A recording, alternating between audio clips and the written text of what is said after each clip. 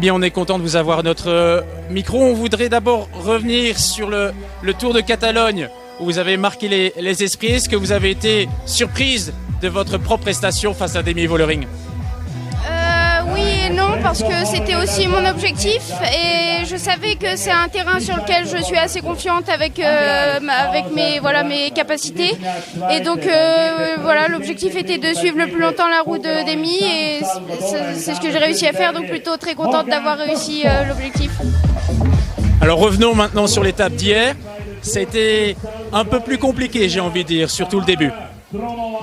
Oui, en fait, c'est-à-dire que pour ma part, l'étape est à l'envers, c'est-à-dire qu'on a les difficultés au début, donc c'est très intense et il faut que le body réussisse à se mettre en mode effort.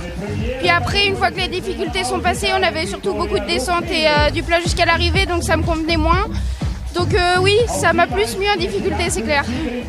Ça ne vous convient pas ces départs à l'envers, comme vous le dites? En fait, oui, je préfère l'inverse, mais je pense que ça peut convenir à d'autres coureuses, donc c'est aussi intéressant pour d'autres coureuses. Après, voilà, dans mon cas, oui, j'aurais préféré les difficultés à la fin, mais ouais, c'était quand même très dur. Et aujourd'hui, justement, en parlant de difficultés, il y en a une, le Mensberg, dont le sommet est situé à 20 km de l'arrivée. Qu'est-ce que ça vous inspire ?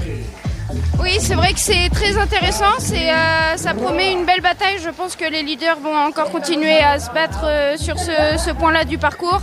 Après, c'est la même chose pour ma part, il y a encore une descente avant de rejoindre l'arrivée. C'est même un petit peu dangereux parce qu'il y a des prises de risque aussi quand il y a une course avec le général ou qui se joue, et donc ça promet d'être assez nerveux. Et j'aurais préféré l'arrivée au sommet.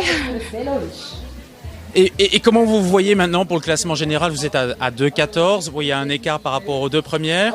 Est-ce que vous avez oublié cette histoire de classement général où justement on se dit qu'une troisième place est toujours à portée de tir? Comment ça se passe dans la tête? C'est vrai que les deux premières places semblent vraiment hors de portée. Mais à vrai dire, même si elles étaient dans le même temps que nous, je pense qu'elles semblent déjà hors de portée dès le départ. Mais oui, je pense que le classement se joue pas que sur les deux premières places non plus. Donc il y a quand même quelque chose de bien possible à faire en dehors des deux premières places. Donc on va continuer de se battre jusqu'à la fin et tenir le meilleur classement possible. Enfin, dernière question. On le sait, vous êtes en petit comité, vous n'avez démarré qu'à 4. Quelle est la raison?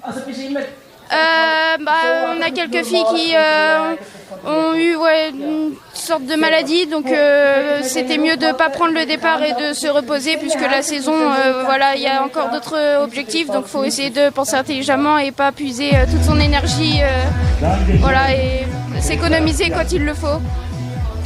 Merci Marion.